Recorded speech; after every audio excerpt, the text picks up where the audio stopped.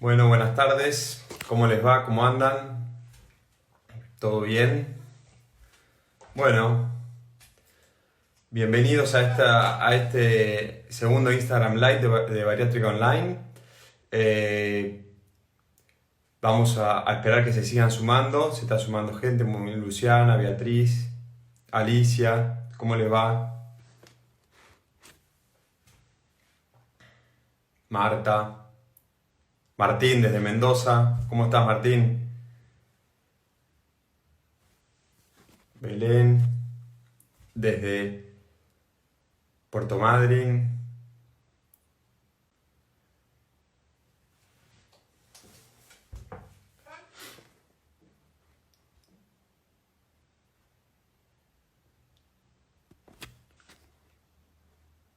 Lorena de zona oeste.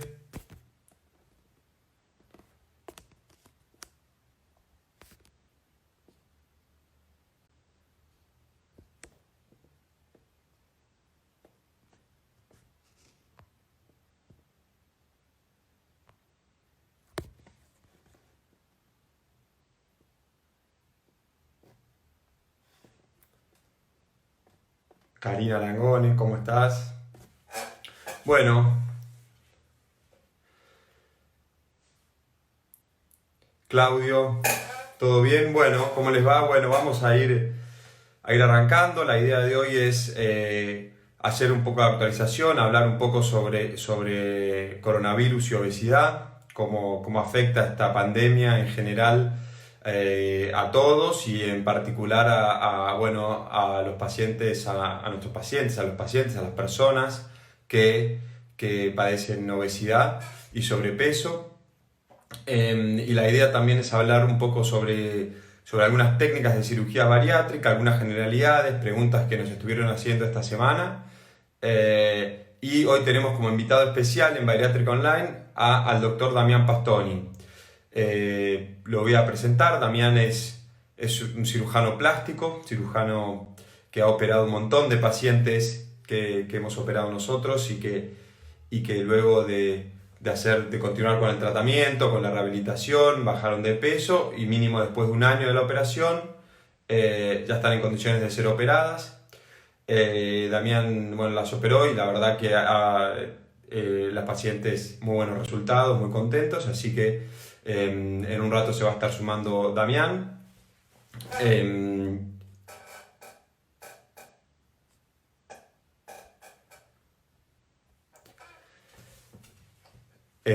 Así que bueno, un poco hoy, bueno, vamos a presentar algunas estadísticas de cómo estamos hoy con el coronavirus. Aproximadamente 3.000 pacientes, 3.000 personas infectadas en Argentina. Todos dicen, bueno, son más, son menos. 3.000 son las que están constatadas, que tienen diagnóstico de certeza.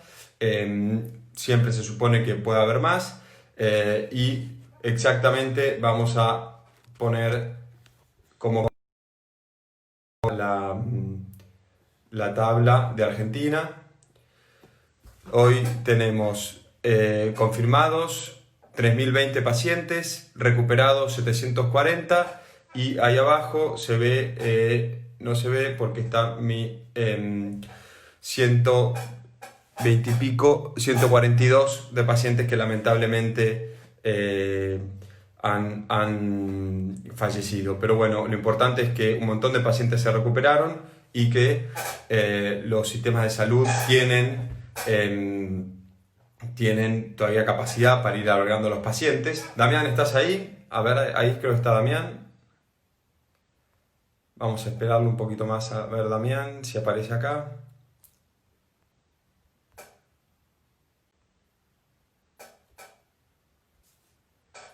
Bien, muy bien. Todavía no está Damián. Ya se va a unir en un ratito, así que arrancamos.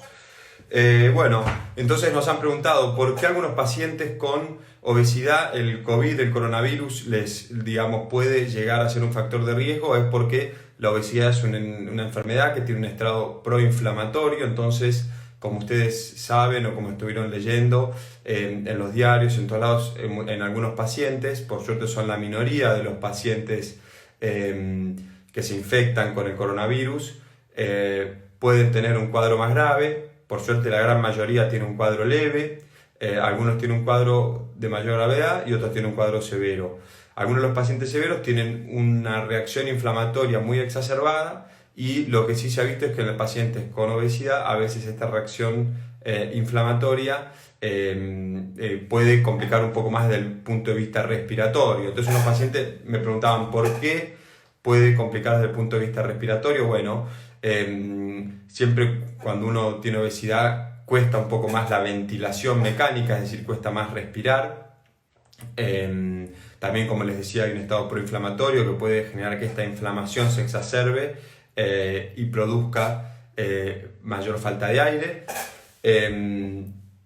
Y también tiene que ver con una cuestión de la inmunidad, que a veces cuando uno tiene obesidad, lamentablemente a veces la inmunidad no funciona o no estaría en sus funcionalidades óptimas, porque también muchas veces lo que es la grasa intraabdominal o la grasa subcutánea no tiene la misma potencia inmunológica que otros tejidos. Entonces, desde ese punto de vista, podemos ver y los reportes que están habiendo de otros países donde estos pacientes tienen un cuadro un poco más grave, ¿sí? Eso es un poco, ¿qué quiere decir, doctor? Necesariamente, si yo tengo obesidad y me contagio de coronavirus, tengo muchísimas más chances de desarrollar. No es que tenés muchísimas más chances, pero sí lo que se está viendo, se está asociando que los pacientes con obesidad tienen predisposición a tener cuadros más graves. Eso sí es una realidad, por eso hay que cuidarse y por eso algunos pacientes que hemos operado ahora en el verano van a tener licencia prolongada para volver a sus trabajos más tarde, como les comentaba el otro día, luego del invierno, y probablemente este invierno hagan teletrabajo desde la casa y estén trabajando desde la casa. Ahí está Damián. Vamos a sumarlo a Damián.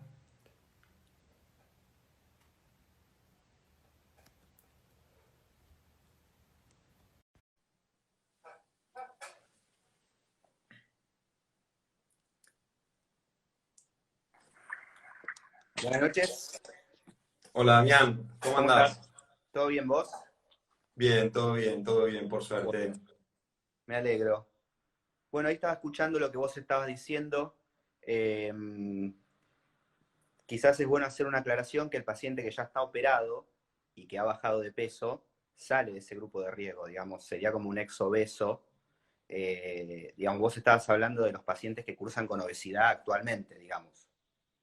Totalmente. Claro. Es un poco lo que se vio en los reportes, porque como comentábamos el otro día, como el coronavirus y esta enfermedad por el COVID-19 es muy nuevo, no hay estudios como estamos acostumbrados a veces a leer los médicos o a tomar nuestras conclusiones en base a estudios prospectivos, estudios de nivel de evidencia de clase A o estudios randomizados. Con el COVID nos estamos basando en reportes y en algunos estudios, en algunos análisis de reportes de casos de países de Asia y de Europa, en donde justamente lo que vos decías, que los pacientes que son operados de cirugía bariátrica y bajaron de peso, cuando ya están en una etapa más avanzada en la rehabilitación, es decir, un par de meses luego de la cirugía, ya sería como un factor de protección, es decir, no serían más pacientes con el riesgo del paciente con obesidad, lamentablemente, un poco por este estado proinflamatorio que si bien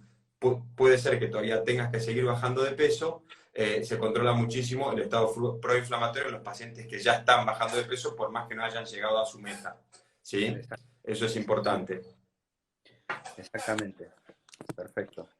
Así que, y bueno, y con respecto a otras novedades de esta semana, ya hay muchos centros médicos y muchos consultorios médicos que ya estamos organizando para volver a atender, porque bueno, como hablábamos la semana pasada, como también vi que vos decías en tu vivo la semana pasada, que bueno, estábamos con los consultorios cerrados, ya están empezando a abrir. Yo no sé si vos ya abriste, ya volviste a atender. No, nosotros todavía no podemos. El artículo 5 del decreto dice que, ¿se escucha bien? Sí. El artículo 5 del decreto dice que se puede reanudar la atención en aquellas especialidades que traten patologías crónicas o preventivas. Y ahí es donde entraría el caso de la obesidad como patología crónica. Nosotros ayer tuvimos con la Sociedad Argentina de Cirugía Plástica una conferencia vía Zoom con el doctor Eduardo López y con el doctor Pedro Can. Y bueno, digamos, todavía tenemos que esperar un poquito, salvo patología oncológica, patología de urgencia que haya que controlar, o controles postoperatorios de pacientes que se hayan operado antes del aislamiento obligatorio. Pero por ahora nosotros tendríamos que esperar un poco más. Bárbaro. Y para operar también, digamos. Sí, Para sí, sí, operar va a para tardar un operar. poco más. Sí. Sí, sí, bueno, los consultorios, con respecto a las nutricionistas, también en uno de los centros médicos que trabajamos en Pilar, las habilitaron a atender a pacientes con sobrepeso y con obesidad a partir de la semana que viene. Y como vos bien decías, las cirugías están suspendidas. Todavía no se puede operar pacientes de nuevo, pero sí hacer tratamiento. De hecho, hay varios pacientes que siguen en contacto con nosotros para continuar con el tratamiento multidisciplinario previo y obviamente que a veces se hace difícil, pero es importante apegarse más a la nutricionista, estar más en contacto con la nutricionista, con los médicos y también con las terapeutas y el apoyo psicológico para poder sobrellevar estos momentos. Y hay pacientes que capaz tenían fecha programada, entonces vos ya tenías la expectativa, ya te habías organizado y decís, y ahora, bueno, es muy importante el apoyo que estamos brindando a esos pacientes Sí. para poder seguir sosteniendo el tratamiento y la preparación Ujú. durante este tiempo hasta que, bueno, podamos volver a programar. Que de hecho ayer también tuvimos, ayer a las 10 de la noche, tuvimos un webinar del estilo, me imagino que el que tuviste vos, con la sociedad, muchos cirujanos de la Sociedad Argentina de la Obesidad, con la sociedad chilena, que lo organizó la sociedad chilena, con un médico de Singapur, para contar un poco, bueno, cómo están haciendo para volver a operar los casos. Y un poco lo que se está viendo es eso. Ahora estamos organizando desde la Sociedad Argentina de Cirugía de la Obesidad, la SACO, también para tener otro webinar la semana que viene para definir conductas un poco más específicas y ver en los lugares donde no hay casos, en los sanatorios donde no ha habido casos, si se puede llegar a tener alguna fecha estimativa para empezar a programar los pacientes que capaz hubo que posponerlos. Todavía no hay nada certero, pero por lo menos se está considerando el tema. Sí, sí, es más, te doy un dato como para que más o menos tengamos una idea y la gente también sepa, que nos decía el doctor Kang que se dejaron de hacer el 90% de las cirugías cardíacas. O sea, no hay bypass programado y no hay colocación de stent. El 10% que se hace corresponde a cirugías de urgencia, colocación de Claro, stent por ACV, por hemodinamia, pero no se está haciendo ni siquiera la cirugía cardíaca. O sea, claro. para tener una dimensión de cómo está todo. Y bueno, sí, también hay que hacer una distinción entre lo que es Buenos Aires, Gran Buenos Aires y las ciudades del interior, porque si bien la mayoría de los casos son acá en el AMBA, como se dice, hay algunas ciudades del interior que no tienen casos, o si tuvieron casos, hace más o menos 20 días que no hay ningún tipo de caso, no hay circulación local. Entonces, de acuerdo a cada municipio haya presentado una propuesta al Ministerio de Salud, a partir del lunes se puede llegar a hacer como se dice, cuarentena administrada, como para ir reanudando alguna actividad. Bien, Pero eso es bien. cada caso en particular, cada provincia, cada municipio. Mira vos, y aparte de esta información, según entiendo, los dos doctores que estuvieron ayer con la sociedad de ustedes, los cirujanos plásticos, están en el equipo que asesoran al presidente, ¿correcto? Tanto Sí, Khan como López. exacto, son los dos que parte del equipo que asesora presidencia. Bien. Sí, sí, yo los vi varias veces, permanentemente salen en la tele explicándole a la Sí, gente. Así que sí, mirá, sí, bueno, es bueno que ellos hayan estado con ustedes y les hayan sí, llevado esto, porque es información, digamos. sí, sí, sí. eh, Así Sí, que, ellos lo que nos sugirieron a la sociedad, habló con el presidente y el vicepresidente, que armemos un plan de trabajo, una propuesta como para empezar a hacer progresivamente, eh, digamos, la vuelta a la atención, después operando en centros monovalentes, haciendo cirugía ambulatoria, con local, luego empezar a hacer cirugía en clínicas polivalentes, y bueno, de a poco, con paciencia y viendo las propuestas de cada sociedad científica. Inclusive dice que ya están viendo presentaciones de la Sociedad de Traumatología, de Oftalmología, para ver cómo cada actividad en particular puede ir de a poco volviendo a trabajar, digamos, en cuanto a lo que es quirófano, yendo de lo más simple a lo más complejo con el correr de los meses. Pero tampoco pueden hacer mucha futurología porque todavía estamos viendo resultados buenos, pero digamos, hay que hacerlo, digamos, de forma consciente, más allá de que se vaya liberando de a poco cada actividad, va a haber que seguir manteniendo el aislamiento, el distanciamiento social como herramienta más importante para prevenir el contagio, debido a que, bueno, ya lo sabemos todos que hay gran cantidad de pacientes asintomáticos o con síntomas leves que tienen, si bien tienen baja potencialidad de contagiosidad al resto de la sociedad, pero esos pacientes que están circulando o trabajando o haciendo cualquier tipo de actividad, lo que se notó es que con la colocación del barbijo y con el aislamiento, digamos, esos pacientes que no tienen síntomas, más o menos en 14 días, es como que hacen una resolución de la enfermedad. O sea, nunca se enteraron que estaban infectados, pero tienen capacidad de contagio. Eso básicamente es lo que dijo el aislamiento, debido a que la microbota, ¿sí? que es la que tiene la carga viral de todo lo que es las secreciones, no viaja más de 1,5 metros, 2 meses. Entonces, barbijo para los pacientes que no tienen síntomas, ¿sí? Obviamente para todos sería, porque todos, hay que tratar a todos, y todos tenemos que pensar que podemos ser potenciales enfermos asintomáticos. Entonces, de esa forma nos colocamos el barbijo o cubreboca o como sea, ahí reducimos mucho la capacidad de transmisión de la enfermedad, y a eso le sumamos el distanciamiento social. El distanciamiento social es no estar a más de 2 metros, a menos de 2 metros entre persona y persona. Eso es fundamental. O sea, y después salir lo menos posible. El virus no se va a meter adentro de nuestras casas. Nosotros, cada vez que salimos, lo vamos a buscar el virus. Y la distancia entre persona a persona de por lo menos 2 metros hace que no haya tanta transmisión, digamos. Por eso se evita en las salas de espera, nos recomendó, esto por ahí es algo importante a tener en cuenta, el doctor Kang, en su fundación, en la sala de espera tiene sillas y se ocupan una silla sí, una no, una sí, una no. Ponen un cartel, ¿sí? Entre cada 2 sillas, o sea, ponen una silla libre, una que diga esta silla no puede habilitarse, otra libre, otra sí, y si la sala de espera está llena, la gente espera afuera, ¿sí? Después, Bien. bueno, obviamente atención con barbijo, mínimo barbijo quirúrgico para el profesional. Se recomienda que los pacientes también tengan barbijo mientras están en la sala de espera. Barbijo casero, ¿no? Nunca Sí, comprar barbijo no, descartable no, porque... no, cubreboca, cubreboca. Bien. Tiene que cubrir la nariz y la boca. eh, y bueno, siempre mantener la distancia. En caso de tener que revisar al paciente de cerca, ahí sí se recomienda algún tipo de barbijo, ¿sí? Sobre todo para el profesional. Después, si se pueden usar lentes, los que usan lentes, que usen lentes o gafas, cualquier tipo de protección para los ojos, ya que el virus entra por mucosas, ya sea la conjuntiva, la nasal o la bucofaringea.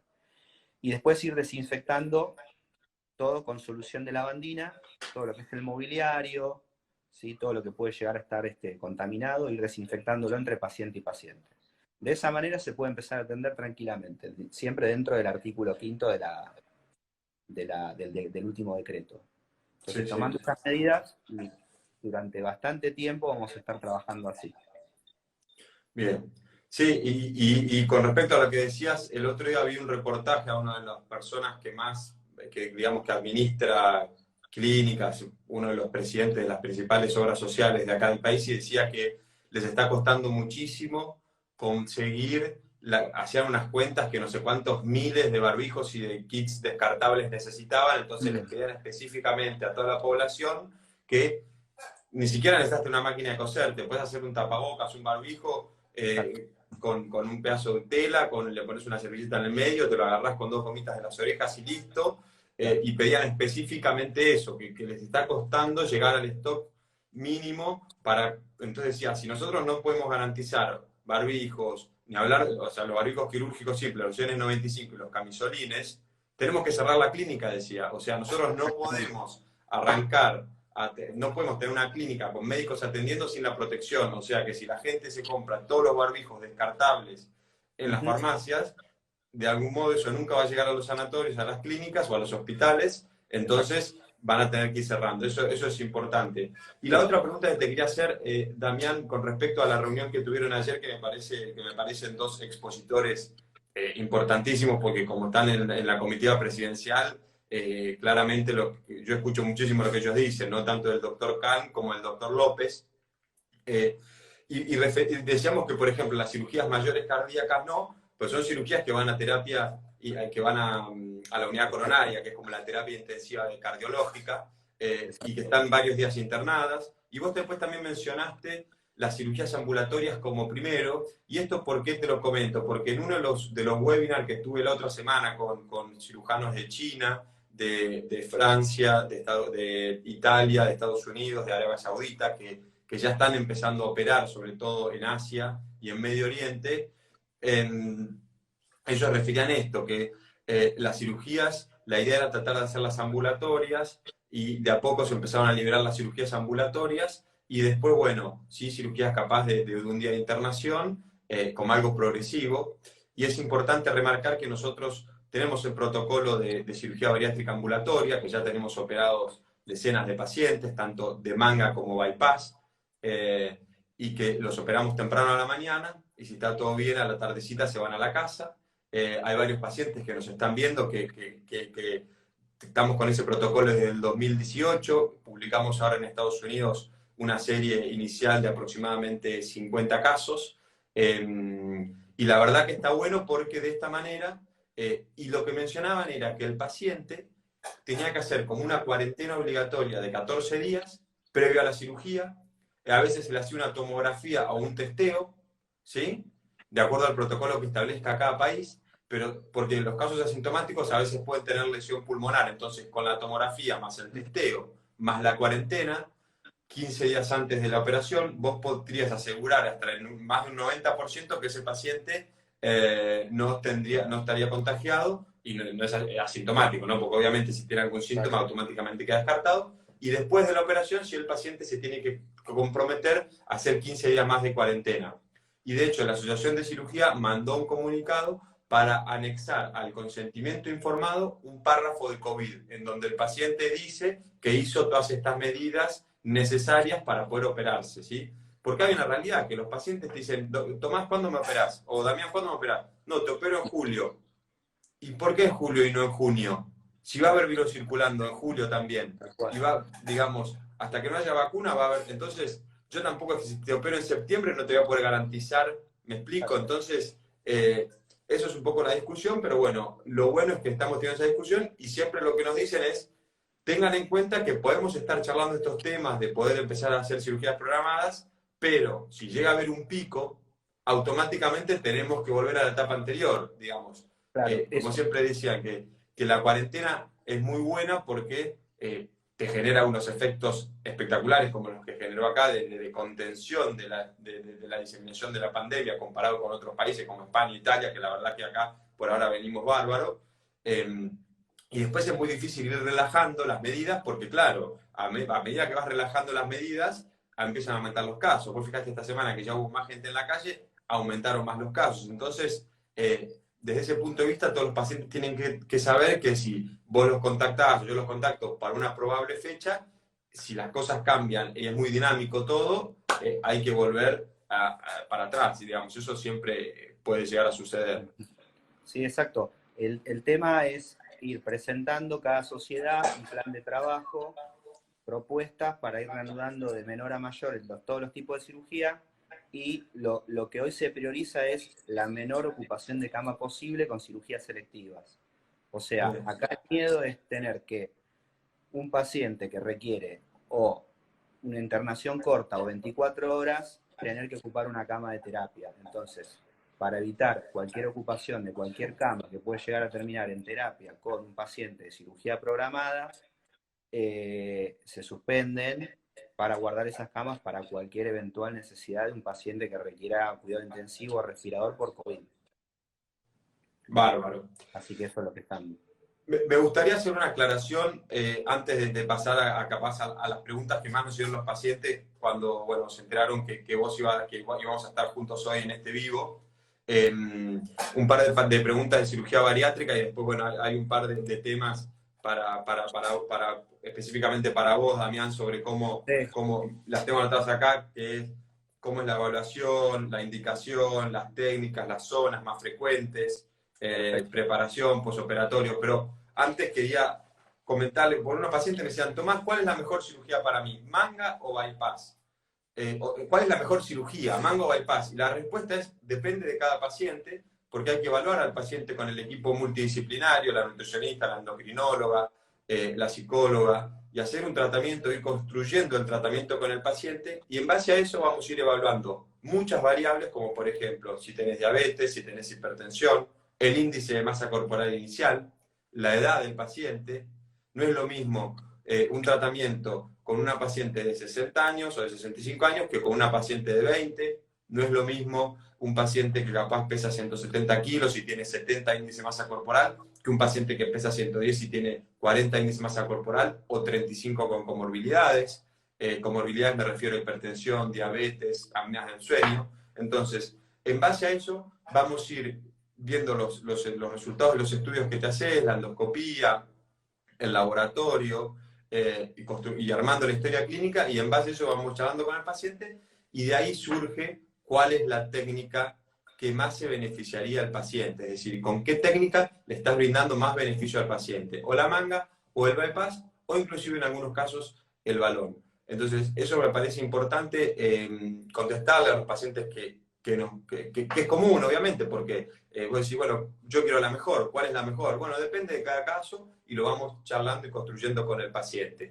Eso es muy importante y fundamental la preparación para la cirugía, o sea, nunca hemos operado a un paciente sin preparación y nunca lo vamos a operar porque, como siempre decimos, la cirugía bariátrica no es la cirugía bariátrica, sino que es un tratamiento multidisciplinario donde la cirugía es una parte más del tratamiento.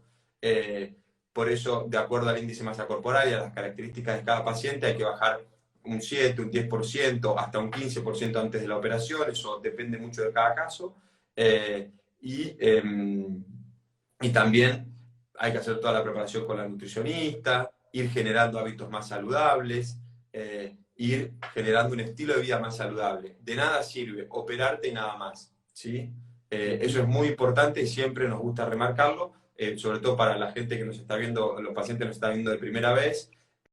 Eso es importantísimo y la primera parte del tratamiento también consiste en informar mucho al paciente, en que el paciente sepa qué es lo que está haciendo y un paciente mejor informado es un paciente que va a tener mejores resultados. Por lo menos esa es nuestra experiencia. No sé, así que bueno, Damián, no sé a vos qué te parece. Sí, me habían preguntado, me habían hecho una pregunta a mí que era en Argentina la ley de obesidad, qué era lo que incluía. O sea, la ley de obesidad dice que el sistema de salud, a través de sus efectores, ya sea público, privado o seguridad social, que es obras sociales o prepagas, deben garantizar el tratamiento integral, ya sea clínico, farmacológico, nutricional o quirúrgico de la obesidad. Y ahí es donde viene la descripción de cuáles son los que aplican a cirugía o no, ¿sí? Porque, digamos, muchas veces los pacientes se encuentran con que no llegan al índice de masa corporal de 40, entonces están como entre una zona gris de 35 y 40, y bueno, según la ley, con lo que vos hablabas de lo que son las comorbilidades o las patologías de base, que están relacionadas con la obesidad, también son candidatos a la cirugía bariátrica. Sí, a ver, desde un punto de vista, tenemos suerte que desde hace más de 10 años que en Argentina está la ley de obesidad, desde el 2008, se reglamentó en el 2009 a través de unas resoluciones, pero bueno, lo malo es que no se fue actualizando esa ley. Entonces, si bien fuimos uno de los primeros países de Latinoamérica, y de hecho hay países vecinos nuestros como Chile, Uruguay o Paraguay que prácticamente no hay cobertura universal ni ley así de obesidad. En Argentina, ¿qué pasa? Hay como una disociación que es, una cosa es la indicación, cuando vos tenés indicación, que puede ser con menor de 40 índice de masa corporal, pero como la ley dice 40, hay un montón de pacientes que capaz que tienen indicación médica de hacer el tratamiento preoperatorio, la cirugía y el posoperatorio, pero ¿qué pasa? Las obras sociales no se lo van a cubrir, ¿por qué? Porque la ley dice que recién a partir de 40. Entonces eso es algo que uno ve todos los días en el consultorio, porque el paciente dice, mira, yo tengo 36 índice de masa corporal y viene con una pila de estudios que tiene diabetes, y lamentablemente eso, muchas obras sociales, si lo pagan, se agarran, digamos, se basan en eso, porque es la ley vigente, que si no tenés más de 40, difícilmente te cubra alguna prepaga, un seguro médico, el sistema de seguridad social. Lo que no quiere decir que vos no te vas a beneficiar de una cirugía. De hecho, hay pacientes de 35 o inclusive de menos de 35, pacientes con un componente metabólico importante, que se benefician muchísimo de este tratamiento, no solamente la cirugía, sino con todo el tratamiento multidisciplinario, y que esos pacientes hoy por hoy están teniendo que acceder al tratamiento en forma, digamos, ellos tienen que solventarse los gastos. Entonces, por eso nosotros brindamos un montón de facilidades para eso, y hay un montón de pacientes que no les queda otra que acceder de esa manera. La mayoría de los pacientes que tienen más de 40 sí les cubre la obra social, y todas las obras sociales te lo cubren. Algunas dan más vueltas que otras, algunas se agarran más del requisito que no tiene sentido, 2 años de justificar con papeles y certificados, pero la verdad es que la gran mayoría de las obras sociales, hoy por hoy, si tenés más de 40 índice de masa corporal, algunas dan un poco más de vuelta, pero te lo cubren, sí, sí. Laparoscópico, cirugía mini-invasiva, protocolo ambulatorio, o sea, eso lo cubren, y bueno, muchísimo, la mayoría de los pacientes les cubre la obra social. En Perfecto. el caso de la reparadora postbariátrica, ¿cómo La es? claro, el tema de la reparadora no es que está detallado puntualmente de que la reparadora tiene que ser cubierta, pero entra dentro de lo que sería la obesidad. O sea, solamente se puede llegar a cubrir una dermolipectomía abdominal o muslos o lo que se considere si fueron operados de cirugía bariátrica. O sea, no está especificado nada en la ley, pero sí piden el requisito de que sea un paciente que haya sido operado de bariátrica, que tenga por lo menos un año de operada, que tenga por lo menos 6 meses de mantenimiento.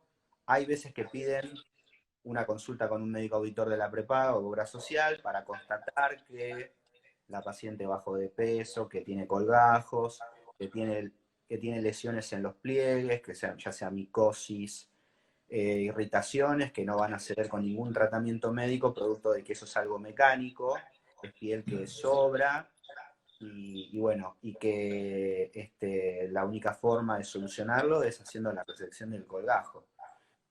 Pero la mayoría, yo te diría que casi todas las obras sociales cubren la dermolipectomía abdominal.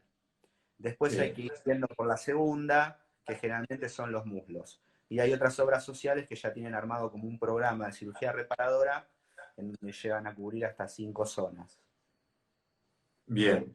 O sea, ustedes lo dividen, me imagino, o sea, ustedes hacen una evaluación, vos haces una evaluación, ¿cómo es? Por ejemplo, el paciente que nos pasa 3 años en consultorio, doctor, ya tengo un año, voy a ir a Sí. ver voy a ir a ver al cirujano plástico. Y un poco ahí haces como una evaluación personalizada, cómo. Sí, eso es lo que yo le digo siempre a los pacientes que me consultan por las redes sociales o por otro tipo de medio de contacto, que bueno, hay que ver al paciente, hay que verlo, todos los pacientes son distintos, hay que escucharlo, ver qué le molesta, ver dónde se disponen los colgajos, porque no todos los pacientes, así como no engordan igual, tampoco bajan igual. Entonces, al haber engordado más de una zona que de otra, por ahí hay muchos pacientes que tienen mucho colgajo de brazo y poco de muslos, otros que tienen mucho de abdomen, otros que han engordado de forma como si fuera circunferencial, y después el descenso de peso hace que quede colgajo todo alrededor de la cintura, y ahí es donde hay que hacer una dermolipectomía circular. En fin, hay que ver al paciente, charlar con el paciente, ver qué es lo que más le molesta, ver qué es lo que quiere operarse primero, hay que evaluar cada tipo de plan quirúrgico ajustado al paciente y no al revés, y saber qué tipo de posoperatorio va a tener, cuántos días, qué complicaciones puede haber. Son cirugías que si bien son muy importantes y muy grandes, eso también va acompañado de algún tipo de complicación, ¿sí? Esto no es una cirugía estética, son pacientes que producto del estiramiento de la piel, ya está demostrado científicamente eso con trabajos, que se han hecho biopsias en los colgajos, y ese estiramiento de la piel producto de la obesidad produce un envejecimiento acelerado en donde se reemplazan fibras colágenas y elásticas por fibras colágenas de mala calidad, entonces el paciente pierde la capacidad de retracción, tiene mala cicatrización, y eso hace que por ahí tenga más complicaciones que una cirugía, por ejemplo, una dermolipectomía en una paciente que bajó 10 kilos haciendo dieta de ejercicio, o una paciente que, una embarazada que subió, no sé, 15 kilos y después bajó. A mayor cantidad de peso que han ganado durante la obesidad, mayor probabilidad de tener alguna complicación. Pero eso no quita que sea una cirugía necesaria, que es una cirugía muy útil, que sirve mucho para la reinserción social, reinserción laboral. Es una cuestión también que el paciente va cerrando un ciclo, una etapa que comienza de la mano de ustedes, en donde ustedes dan el primer paso, el puntapié inicial, para que el paciente tome conciencia de que es una enfermedad, de que no es algo estético la obesidad, sino que es una cuestión de salud. Tienen que aprender a comer, tienen que aprender a comer tanto antes como después, para que el resultado que ustedes le dan, y después venimos nosotros con la reparadora, lo puedan mantener el resto de su vida. También tienen que tener, como vos decías, un equipo multidisciplinario con un clínico, un endocrinólogo, un psicólogo, como para que todo lo que hagamos en pos de la enfermedad que es la obesidad sea permanente el resultado y pueda mantenerse a lo largo del tiempo. Pero bueno, lo que decía, es una cirugía que no está exenta de complicaciones, pero con el profesional adecuado, el equipo quirúrgico calificado, con la tecnología que hay hoy con las mesas de anestesia y con los sanatorios con todos los requerimientos, se disminuyen drásticamente la posibilidad de tener alguna complicación. Claro, porque la verdad es que un poco pensando lo que vos decías recién, hay pacientes que capaz bajan un montón de kilos de peso y se le acomoda bastante y no necesitan capaz una reparadora, y hay otros pacientes que bajan mucho pero capaz no tanto y que sí necesitan, o sea que evidentemente debe haber, me imagino yo, algo genético en cuanto a lo que vos decías, las fibras colágenas de la piel de cada paciente, y cómo se fue estirando esa piel en el proceso previo de cuando el paciente fue subiendo de peso, ¿no?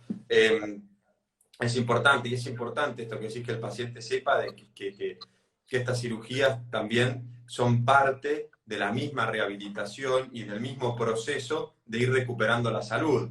Porque hoy, por ejemplo, hablaba con una señora que bajó un montón, bajó como 50, 60 kilos, y me recién, cuando vos decías, a ella lo que más le molestaba eran los brazos, por ejemplo. Hoy me decía, Tomás, porque a mí lo que más me molesta son los brazos, no me puedo poner remeras de manga corta, tengo todas remeras, hoy a la mañana hablé con ella, y me dice, tengo todas remeras, mangas tres cuartos, y a ella lo que más le molesta es eso, ¿no? Entonces, yo creo que obviamente cuando vos la evaluás, también charlas todo eso, porque una cosa también es lo que a uno capaz más le molesta y otra cosa también es lo que capaz uno más necesita. Si, por ejemplo, ves que hay un colgajo abdominal que capaz tiene micosis o otras cosas, pero, pero se entiende clarísimo cómo es la manera en que ustedes evalúan y que ustedes lo ven.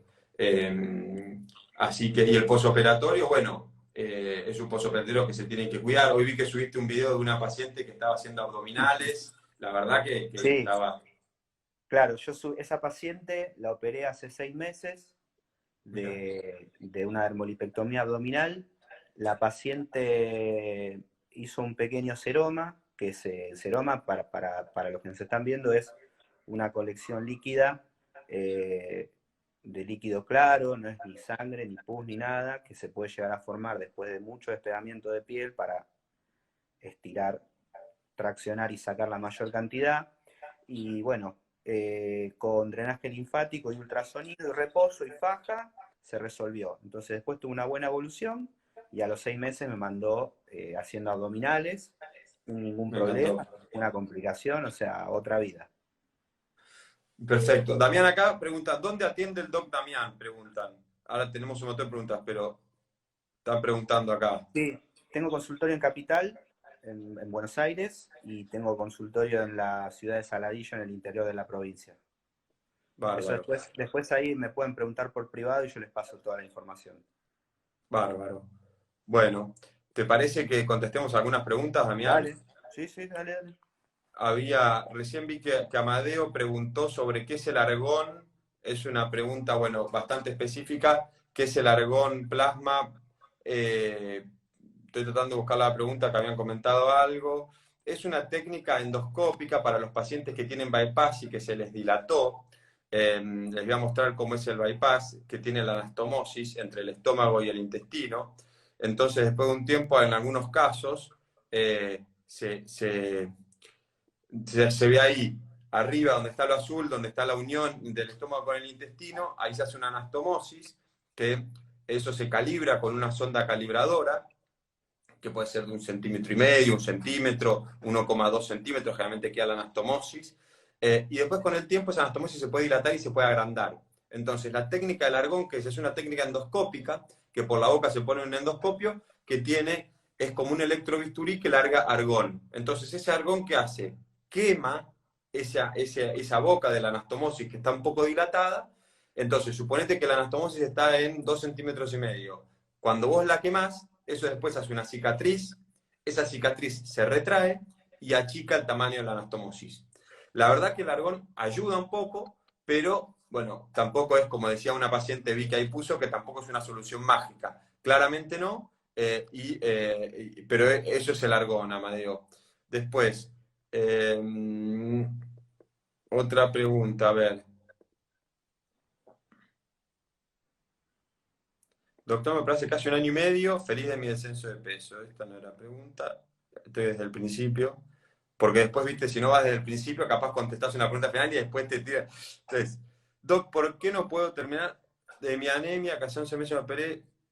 Bueno, no sé qué está paciente. Anemia. Bueno, hay que ver un poco por qué es esa anemia. Si es anemia por déficit, generalmente son anemias ferropénicas porque a veces hay pacientes que capaz tienen dietas específicas. No quiere decir que no las puedan tener, pero sí hay que contabilizar muy bien la ingesta del hierro y suplementar con hierro o una alimentación muy balanceada. Generalmente lo que vemos son pacientes que capaz empezaron a bajar bien de peso, entonces vienen los primeros meses, 3, 4, 6 meses, y después capaz discontinúan un poco las consultas con las nutricionistas y de a poco como que la alimentación va con el día a día, el estrés de todos los días y la vida diaria, se va perdiendo un poco la alimentación tan saludable y entre otras cosas puede producir que falte a veces proteínas, que falte un poco de hierro o que falten algunas vitaminas como vitamina B12. Por eso se suplementan. Entonces, en estos casos lo que siempre decimos es,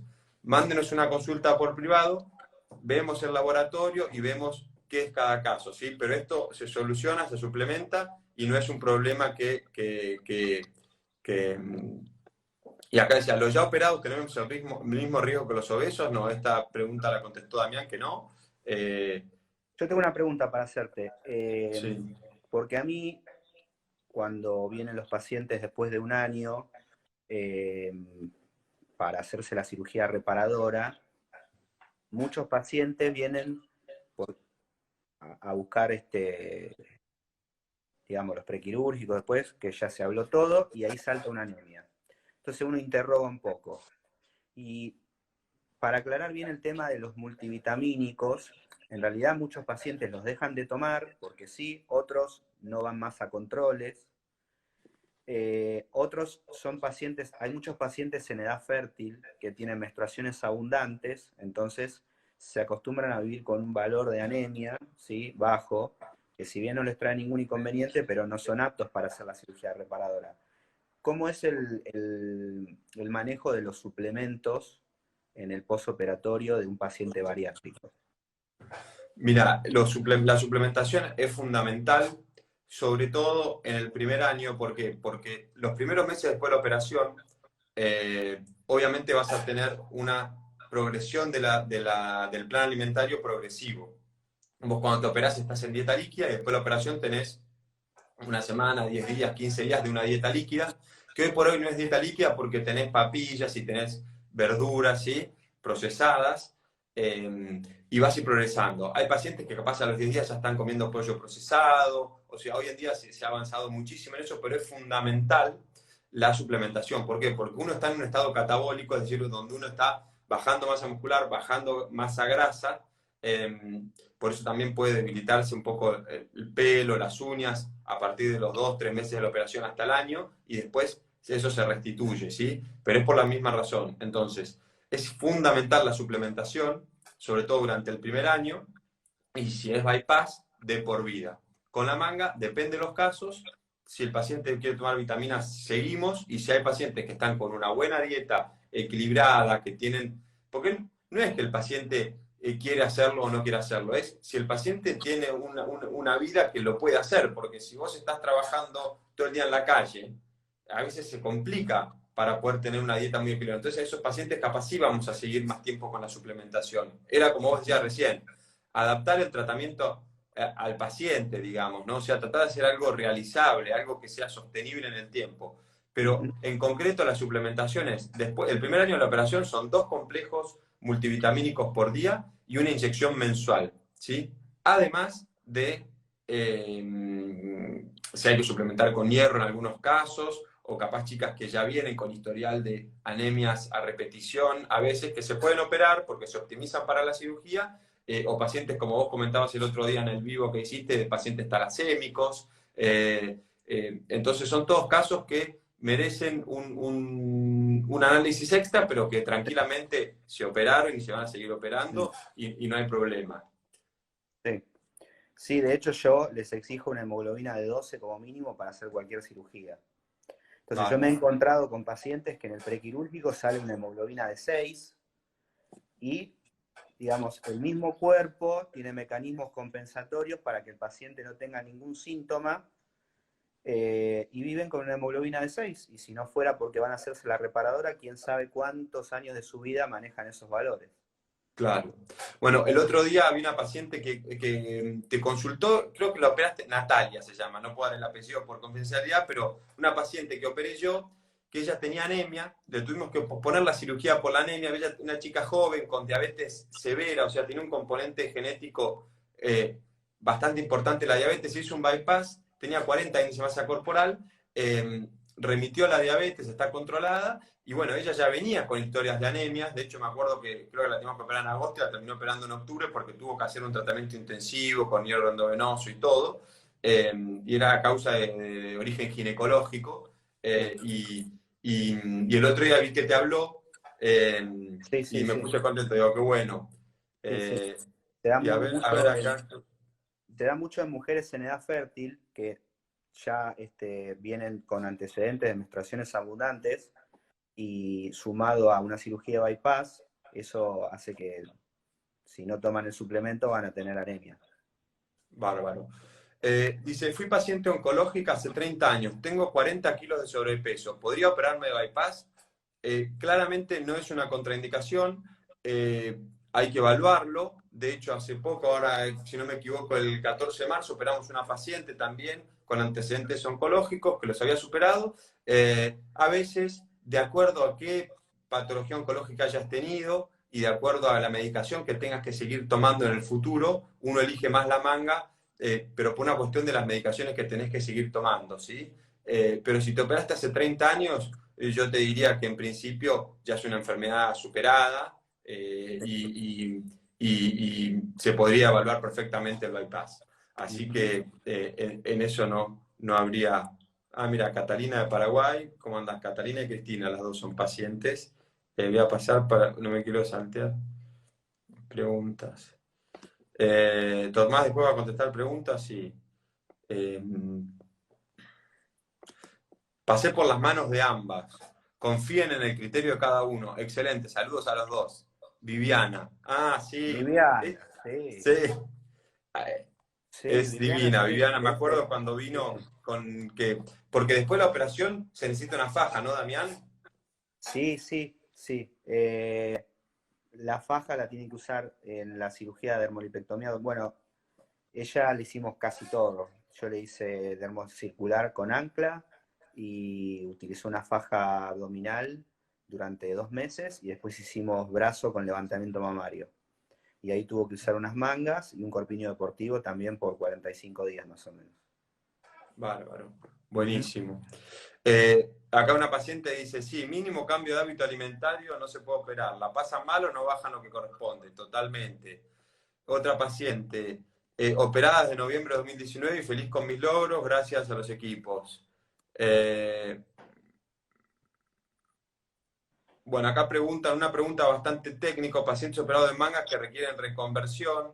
Hay, a ver, la cirugía de reconversión o cirugía de revisión bariátrica puede darse por o reganancia de peso o reflujo a veces, o en pacientes que tienen, son excepciones, obviamente que se ven cada vez más porque cada vez se operan muchos miles de pacientes de bariátrica, entonces es una cuestión de que todos los años se operan en Argentina aproximadamente 12.000, 15.000 pacientes, entonces hay pacientes que se operaron hace 20 años, entonces eso se va, digamos, va aumentando la cantidad de casos, pero no es muy frecuente que haya que hacer una conversión. Y la reganancia de peso, si el paciente mantiene el tratamiento con el equipo multidisciplinario, la nutricionista, no es que tenés que ir todas las semanas, una vez por mes, una vez cada 2 meses, disminuye muchísimo la reganancia de peso. Pero si el paciente, por una o por otra razón, porque se mudó, porque perdió el equipo, porque esto, por lo otro, ahí sí pueden llegar a ver más reganancia de peso, ¿sí? ¿Y qué, Eh, qué pasa con el caso de los pacientes? Porque yo he mandado al equipo de origen pacientes que han venido a consultar por la cirugía reparadora y uno los pesa y los mide para ver y vuelven a tener 40 de índice de masa corporal. ¿Qué pasa con estos pacientes? Bueno, esos pacientes habría que evaluarlos y ver qué es lo que le pasó, si es que tiene reganancia de peso o si tuvo un descenso insuficiente, ¿sí? ¿Y por qué razón?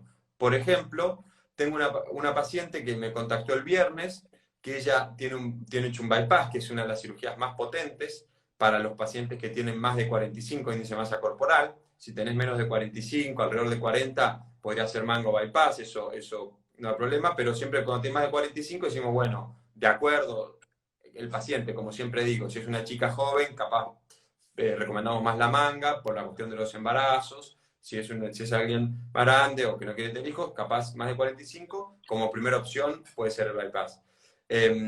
Esta señora la operé en 2 de mayo del año pasado, un bypass, venía bajando bárbaro y tuvo un problema personal, pero gravísimo, una crisis inesperada gravísima, tuvo como un shock emocional que tuvo que ser medicada con medicación muy potente y muchas de esas medicaciones, por ejemplo, cortan el descenso de peso. Entonces ella empezó con 156 kilos y venía bajando por 108 kilos y se estancó. Obviamente que ella empezó con un índice de masa corporal de 70, entonces ahora que terminó el tratamiento que tuvo que hacer con medicación psiquiátrica y psicológica por el shock que le pasó en la vida, algo gravísimo, ahora ella va a retomar y sí, vamos, ese es un caso. Otro caso, ¿cuál puede ser? Tengo una paciente que operé que se operó y a los 4 o 5 meses, o a los 6 7 meses, no me acuerdo exacto, se quedó embarazada. El embarazo también, vos no puedes seguir bajando de peso en el embarazo, vos tenés que subir, aunque tengas obesidad, tenés que subir mínimo 6 7 8 9 kilos en el embarazo de acuerdo a lo que diga tu obstetra. Entonces, esa es otra de las causas de reganancia de peso, digamos, y en esos casos se evalúa. También hay pacientes que capaz se operaron, anduvieron bien, anduvieron bárbaro sin sobrepeso 4 5 6 años, y después, bueno, volvieron a subir de peso. Eso es otro tipo de caso. Por eso, un poco me suma a lo que vos decías, que hay que evaluar cada caso personalizadamente. Y Mm. bueno, si en ese caso la paciente tiene un colgajo muy complicado, donde vos considerás que hay que sacarlo por cuestiones de infecciones, ¿eh? Se puede hacer en ese momento, o si vos considerás que capaz tiene que retomar el tratamiento y volver a hacer otra Mm. secuencia de tratamiento y volver a hacer una nueva rehabilitación, Sí. como sería como una recidiva de la enfermedad, tiene que hacer una Ujú. nueva rehabilitación y se puede hacer una cirugía de revisión tanto de manga bypass o retocar el bypass si hace falta, ¿sí? Con un trimming o con otras técnicas. O Perfecto. bien, como decía en el argón, por ejemplo, que los resultados capaz no son tan. Pero bueno, son casos para evaluar Sí, son personalmente. casos puntuales. Bien. Acá Ujú. una paciente dice, buenas noches, yo tengo casi 2 años de operada de cirugía bariátrica, manga, estoy manteniendo el peso y quería consultar qué podían operarme los colgajos, abdomen más piernas. Mira, justo las dos zonas que vos nombraste como más Sí, frecuentes, entiendo, ¿no? sí, Y esas son ahora a las la hora social zonas. parece que. Sí, Sí, no, esas son las, digamos, yo la primera cirugía que hago es el abdomen, solo o con la parte del glúteo, que es lo que sería la dermocircular. Y dejo el muslo como para una segunda opción. Y sobre todo porque el paciente tiene altas chances de que si tiene alguna cobertura, le cubra la cirugía, lo que es la parte abdominal. bien. Hay algunas fotos, a ver, Sí, mirá esa foto que quedó espectacular, la verdad. a ver, para que justo... Sí. Bueno, esto es una paciente que, bueno, es la combinación de varias técnicas. Esta paciente, no sé si vos podés poner la anterior. A ver, La, no, seguí. Bueno, la que sigue. Esta es una dermolipectomía circular claro, ahí que, no te bueno, muestra bien el. no, si no pone la parte de atrás. Bien, Ahí. Acá lo que vemos es una paciente que bajó de peso, se hizo una dermolipectomía circular. La ventaja de la dermolipectomía circular, también llamado body lifting inferior o dermolipectomía circunferencial, es que con un mismo procedimiento vamos a tratar varias zonas, ¿sí? Como vemos en este caso, hay un importante cambio en la parte glútea, ¿sí? Lo que se hace es se reseca el colgajo de la parte del glúteo superior, se sube lo que sería el glúteo y se deja la cicatriz, como ahí se puede ver, debajo de la ropa interior de la bikini para que la paciente, muchas pacientes por primera vez se ponen una bikini luego de muchos años. Hay muchos pacientes que son obesos desde 8 o 9 años. Y bueno, esta es la oportunidad y por eso lo importante es dejar bien ubicadas las cicatrices de las cirugías para que con una ropa interior, una bikini, el paciente las pueda disimular. No solamente para la parte glútea, sino que también hace un levantamiento de lo que es la cara lateral del muslo, la cara anterior, el pubis y obviamente el tratamiento del abdomen. Entonces, con una sola cirugía estamos tratando aproximadamente entre 4 o 5 zonas. buenísimo, espectacular. Uh -huh. Damián, acá Blanca pregunta, ¿qué costo tiene si uno no tiene obra social? Bueno, no sé si va para vos o para mí. En mi caso, yo lo que digo es que hay que evaluar cada caso, porque bueno, está el costo del sanatorial, el costo de los Exacto. insumos y ver cada caso, ¿no? Uh Porque -huh. no todos los casos son iguales y eso se ve por privado, No, digamos.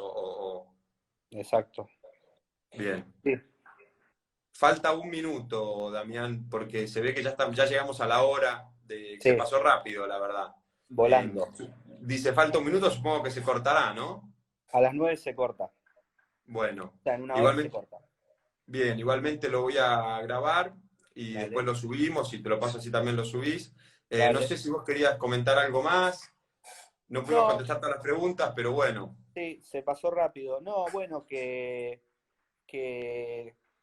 por el lado de lo que es los pacientes que van a venir para la reparadora, nunca dejen de hacer el tratamiento con el equipo de cirugía bariátrica, vayan a los controles, háganse laboratorios, tomen los suplementos, vean al nutricionista, háganse chequeos clínicos, porque de esa forma, cuando llegan a mi consultorio para hacerse la cirugía reparadora, están en óptimas condiciones y solamente con una evaluación y un prequirúrgico ya se puede programar la cirugía. Muchas veces yo tengo que pedir interconsulta con el hematólogo para que haga suplemento con hierro endovenoso